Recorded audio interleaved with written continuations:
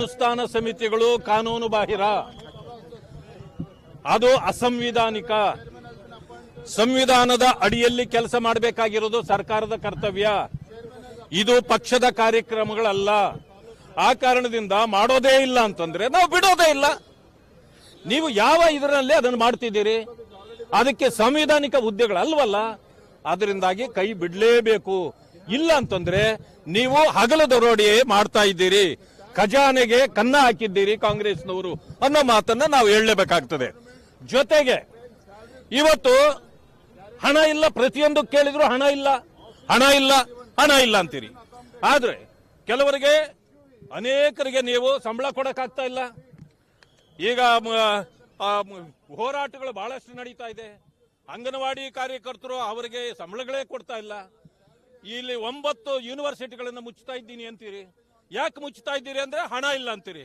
ಹಣ ಎಲ್ಲಿ ಹೋಗ್ತಾ ಇದೆ? ಇಲ್ಲಿ ಲೂಟಿ ಮಾಡ್ತಾ ಇದ್ದೀರಿ.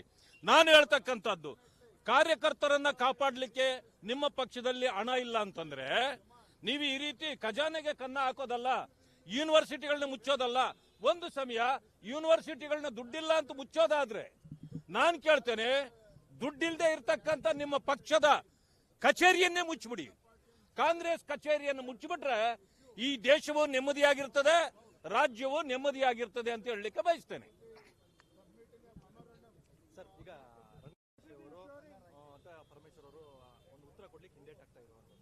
ನೋಡಿ, ಈ ಸರ್ಕಾರ ದಿನಕ್ಕೊಂದು ತಪ್ಪು, ದಿನಕ್ಕೊಂದು ಹಗರಣ ಮಾಡಿ ಸಿಕ್ಕಾಕೊಳ್ತಾ ಇದೆ.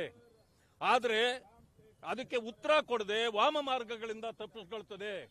ಅದು ಸತ್ಯಾಸತ್ಯತೆಗಳು ಹೊರಬರಬೇಕು. ಈಗ ಹಲವು ಕಡೆ ಮಂತ್ರಿಗಳು ಇದರ ಪಾಲಿದ್ದಾರೆ ಅಂತೇಳಿ, ಮಂತ್ರಿಗಳು ಯಾರು ಅಂತ ಹೇಳಿ, ಯಾಕೆ ಹೇಳಕ್ ಆಗ್ತಾ ಇಲ್ಲ ನಿಮಗೆ? ಆದ್ರೆ ನೀವೇ ಇದ್ದೀರಾ.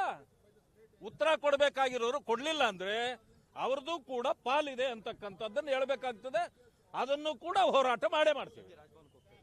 ಈಗ ಮಧ್ಯಾಹ್ನ 12 ಗಂಟೆಗೆ ರಾಜಭವನ್ಗೆ ಹೋಗಿ ರಾಜ್ಯಪಾಲರ ಗಮನ ಸೆಳೆಯತಕ್ಕಂಥ ಕೆಲಸವನ್ನ ಮಾಡ್ತೇವೆ. ಇವತ್ತು ನೀವು ಮಾಡ್ತಕ್ಕಂಥ ಈ ದುಂಡಾವರ್ತಿ ಕಥೆಗಳನ್ನ ಅವರ ಮುಂದೆ ಬಿಚ್ಚಿ ಹೇಳಲಿಕ್ಕೆ ಹೋಗ್ತಿದ್ದೇವೆ. ಧನ್ಯವಾದ.